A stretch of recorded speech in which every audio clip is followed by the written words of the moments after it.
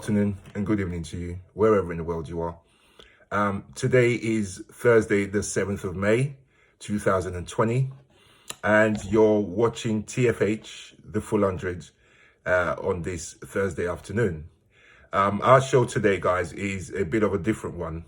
Our show today is titled A Call to Obama and Black World Leaders. Guys, today I'm going to start off with a video, two videos actually, of brutality against blacks in America. One led to a murder by a father and son of a jogger who was just minding his business and jogging during lockdown.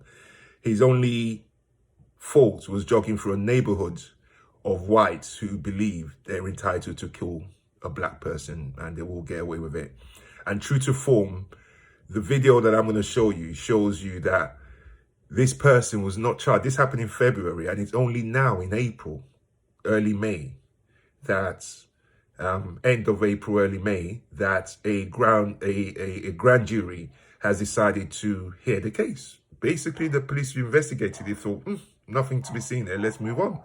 Hence, it's taking 2 months of protesting and arguing. The second video is a black person being beaten in a way that this police officer would not beat a dog or a cat or even a rat. So guys, without further ado, let's get to it. I'm going to start with this message. My message to all prime ministers, presidents, ruling kings and queens, and all commanders in chief. This is a final call to action that you must answer. This cannot be allowed to continue. We as a race cannot take much more. Having said this, take a look at these sad videos. And I'll see you on the other side. Developing overnight, the case of a deadly shooting of an unarmed black man in Georgia will go to a grand jury. And that news comes as video of the February incident emerges. And I do want to warn you, it is disturbing.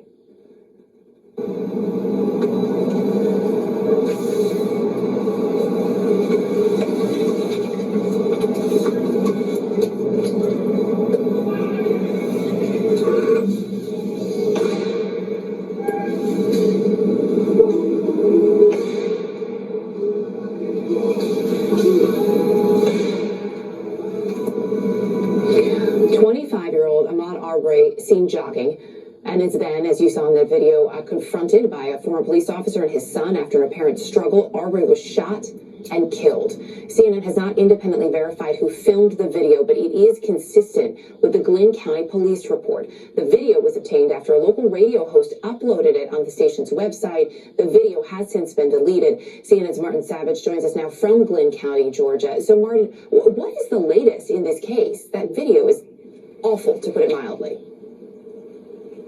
It is. There is no way to watch that without being moved. The latest on this investigation is, and remember, that happened back on February 23rd.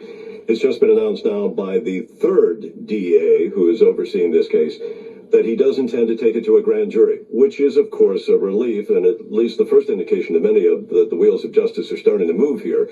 However, we should point out there are no grand juries that are being seated right now, and no one's really sure when they may next be seated because of the coronavirus. The Georgia Supreme Court has at least shut that process off for the time being. The earliest they say that can happen would be around the middle of June, which means the wait will continue for many in this community, Erica.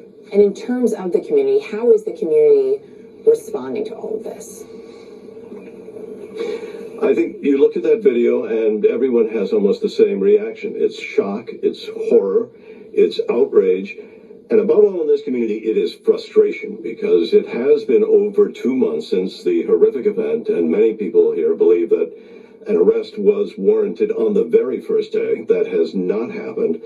And so, along with the frustration, has been the coronavirus. Many people believe that this story would have received a great deal more national attention had the nation not been focused, of course, on the horrible pandemic. Then on top of that, when people got frustrated and they wanted to go out on the streets to bring attention, they couldn't because the state of Georgia was under stay-at-home orders and continues to be under restrictions as far as crowds gathering to demonstrate. That said, there was a protest last night in the community where all of this happened. It was small, but it was poignant, and people were apparently saying, pandemic be damned, we have to get out on the streets and bring more attention to what's happened. The NAACP was speaking out about really what many in this community are feeling. To believe that human beings could treat another human being that way. And of course, we see stuff on TV, but to be able to see it for yourself, him fearing for his life, and being trapped like some animal between two cars, while men with guns sat there trying to take his life as he fought for his life. It was extremely disheartening. Disheartening, puts it mildly. And I know, too, that while you were down there doing reporting, speaking with people, you really got a sense of the tensions firsthand. What happened in those moments? Well, we went into the neighborhood to talk to neighbors, to talk to witnesses, and to perhaps talk to those who were seen on the video to get their understanding or their take of what happened. We were in the neighborhood only a few minutes when this happened.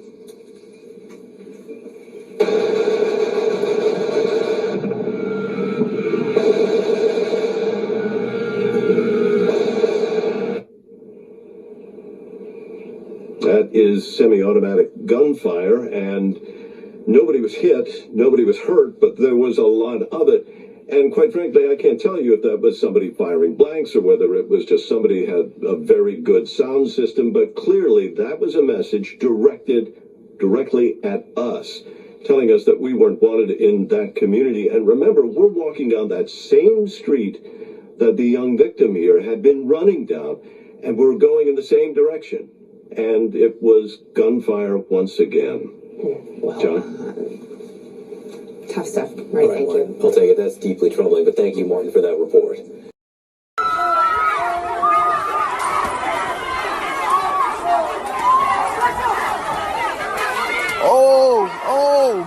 Oh, yeah, he bugging.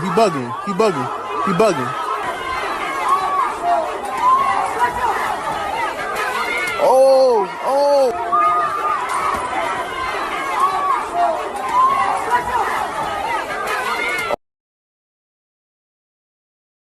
Welcome back. This is not the first time. I can do a show every day for the next month filled with videos of our fellow black people being brutalized or killed.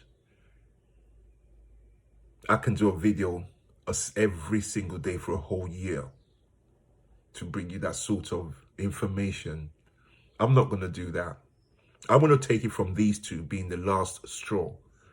I'm going to take these two last situations, just like the Chinese situation was, in a way, the last straw for some African leaders didn't feel good about that. I want you guys to please listen to what I've put together as a way forward for all of us on planet Earth. I, Anthony Spencer, hereby ask all aforementioned in this statement, including former US President Barack Obama, to take immediate action against further acts such as those seen in the videos from happening again. I ask that all leaders of all black nations begin discussions to arrange a date for an international summit. I ask that the purpose of this summit be to set a plan in motion to nominate one spokes country to speak for the Union of Black Nations. I ask that the purpose of this Union of Black Nations is to finally give a voice to every single person of African descent on the planet, regardless of borders, nationality, or any existing obstacles. That the purpose of this Union of Black Nations is to make better the life of every single person of African descent, protect, defend, and oversee their journeys through unjust systems in whichever countries they might reside in.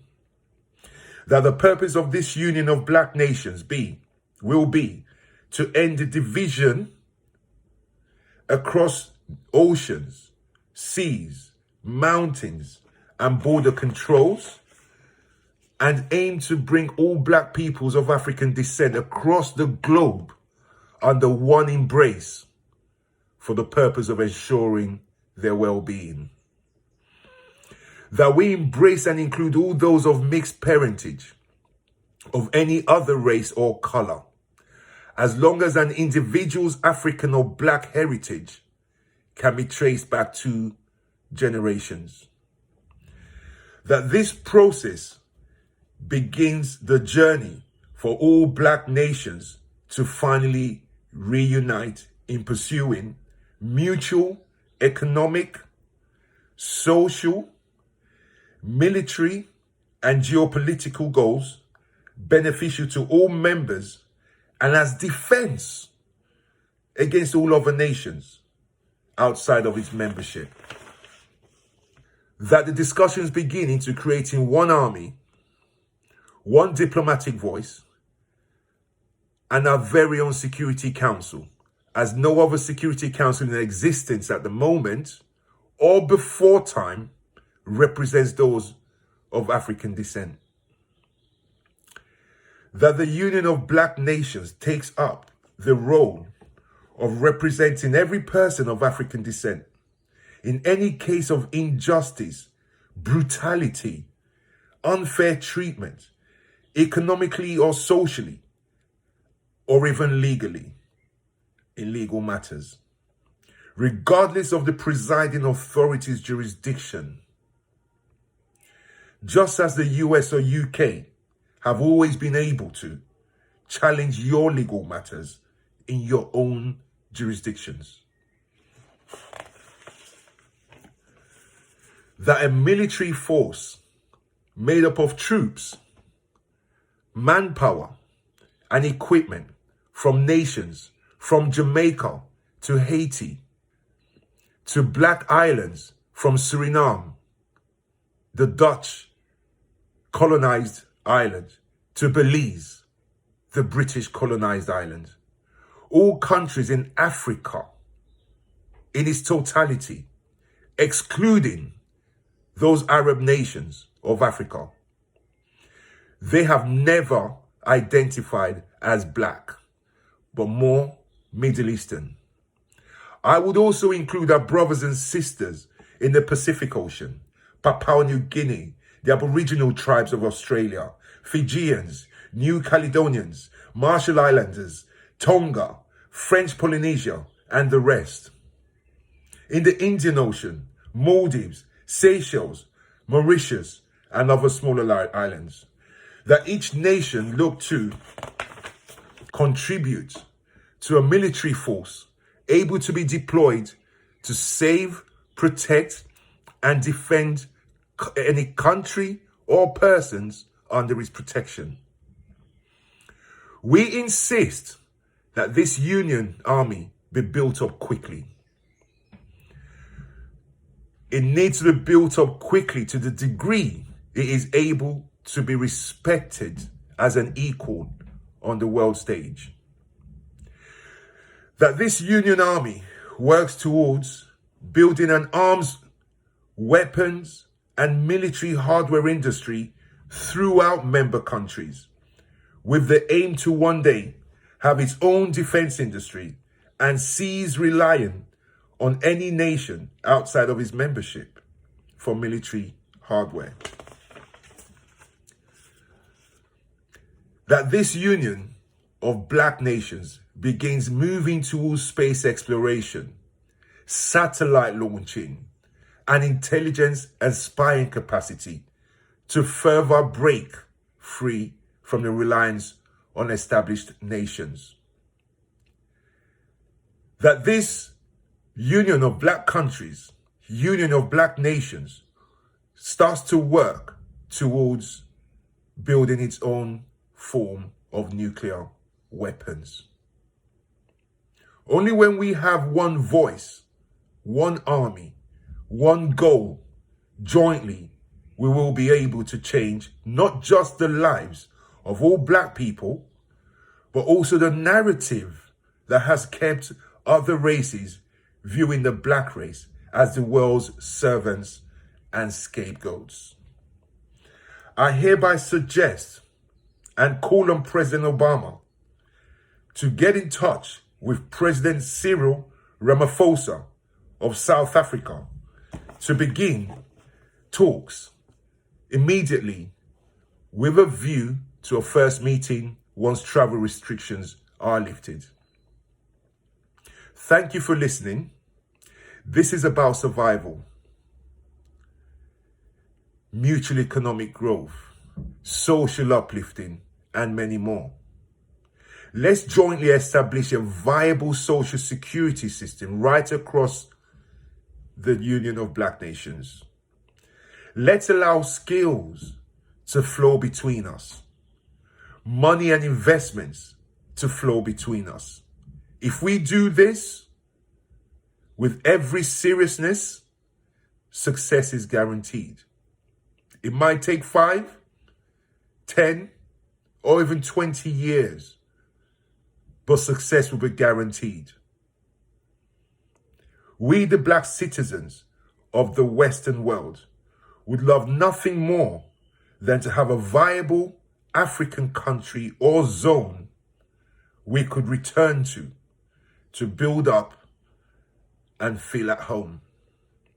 Thank you very much. That's the end of my speech.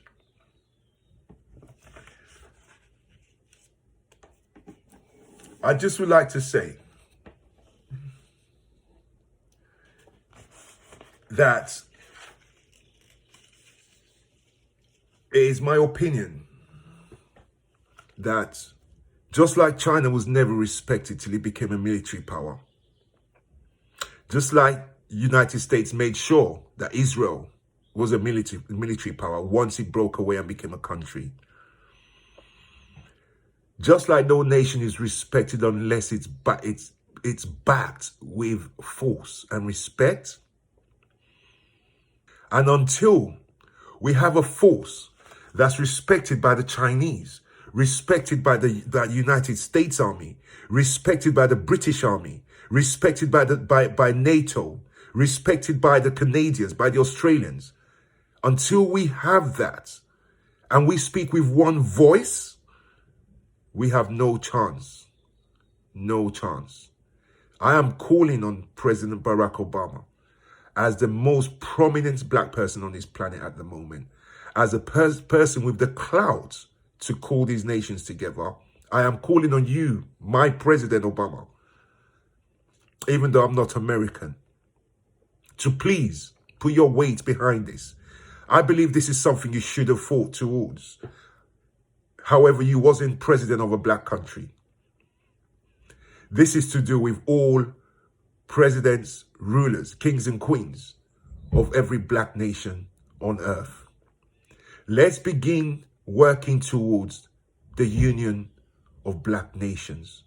Let's think about even issuing a passport for all black people under the banner of the Union of Black Nations. So a Union of Black Nations passport, which doesn't do away with your nationality. However, that you apply for that, it then entitles you to protection from this Union of Black Nations. Once we have a diplomatic voice as one speaking for us, then the incidents you saw in that video will cease happening. Because as you can see from our videos, it's always the communities that come out and speak. The communities have no diplomatic power. They're just a nuisance as far as the authority sees them. However, you have the president of South Africa speak up for a black guy in China. Speak up for a black person shot to death by a father and son for jogging in America. Then you have a diplomatic line and chain of events follow. No cop wants to shoot a Brit because their job's at risk. No cop in America realistically wants to go out to kill a black Brit, even a black Brit at that. Because Britain, although might not fight as much for a black person, it's still a diplomatic incident that no cop wants on their head. No cop's boss, no sheriff's department, the sheriff of a department would want to be answering to Donald Trump's State Department about an incident.